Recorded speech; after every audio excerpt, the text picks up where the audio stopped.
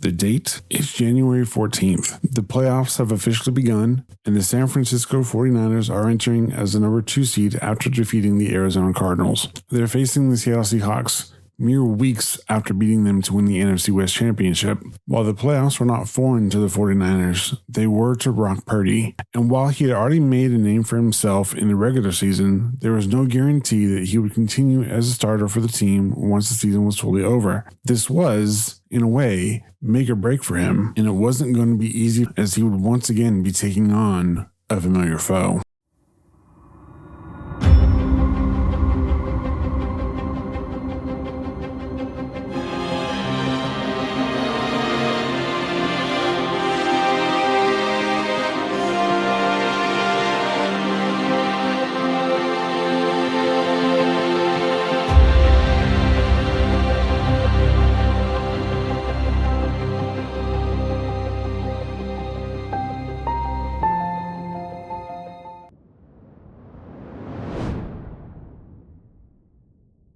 As I said in the last episode, the Seahawks were entering this game as the only team that had already faced Purdy, so they had more time to prepare for him more than any other team had had. This was truly going to be Purdy's first major test as a starting quarterback, and I kind of think this first playoff game really was a tale of two halves.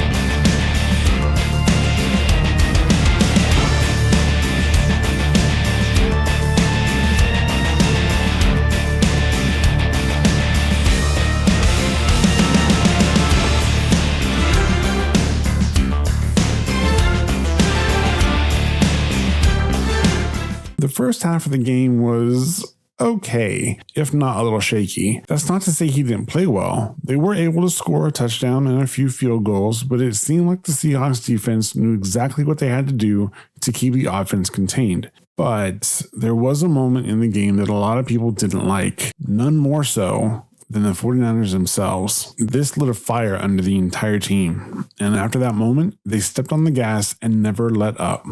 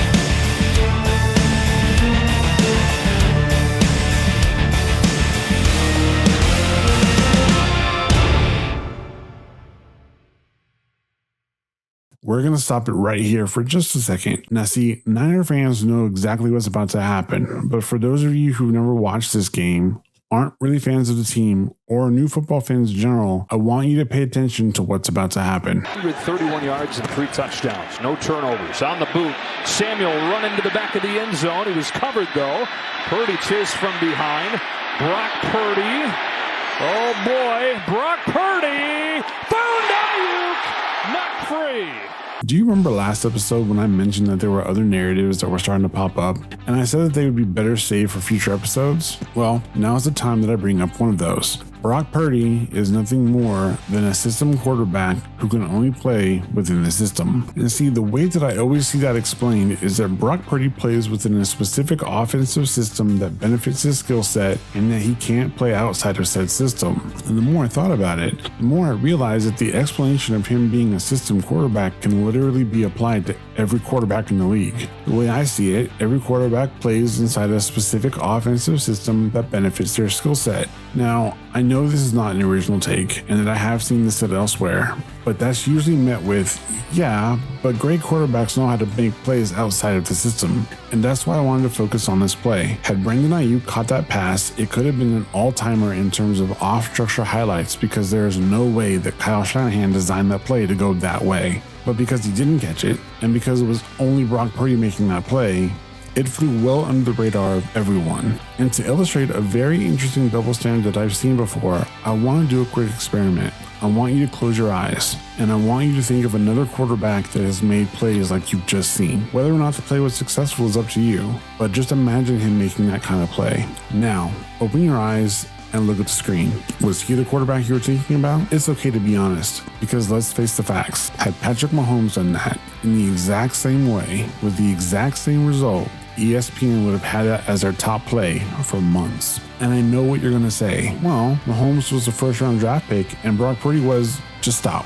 That does not matter. A great play is a great play regardless of who's throwing the ball. But more to the point, that was just one example of Brock Purdy having to create a play out of thin air because the original play broke down. You could say that he was playing outside of the system, but listen, it's fine if you want to call Brock Purdy a system quarterback. All I ask is that you at least show him the respect that he's earned by producing plays like this one. Man, I really wish Ayuk had caught that ball. But the game itself was wrapped up pretty quickly after that, with the final score being 23-41. Brock Purdy looked like he could be the future of the team, but in order to move on to the NFC Championship, there would be one more test that he had to pass. When you think about NFL history and rivalries, one usually comes to mind pretty quickly: the Niners versus the Cowboys. Maybe one day I'll do a whole video about that rivalry, but for now, it was safe to say that all eyes were on this game. One, the Cowboys were looking to finally break through and make it to the championship game after many years of never coming close. And of course, people were waiting to see if this was the game that Brock Purdy finally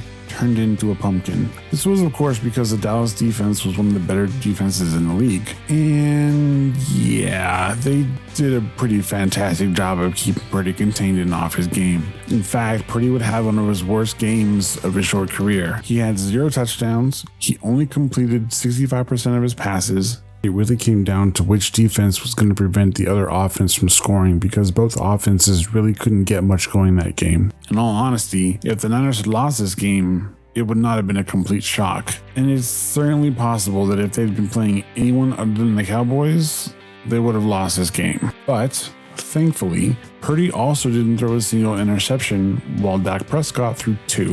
The game would end with a score of 12-19, and the Niners, for the first time, looked beatable. But with that win, Purdy was one game away from being the first rookie quarterback to possibly win the Super Bowl in his first season. And it truly was set to be a game for the ages, as the two best teams in the NFC were facing off against each other. Unfortunately for the Niners, since they were the 2 seed and Philly was the 1 seed, the Niners would have to travel to the Link. After a long, sustained drive that ended in a touchdown for Philadelphia, it was finally time to see what the Niner offense could put together. The drive started well enough, but on the 3rd or 4th play of the drive, Purdy appeared to have taken a nasty shot as he was throwing the ball. As he was being hit, The ball did come out of his hands before he could throw, which resulted in a fumble.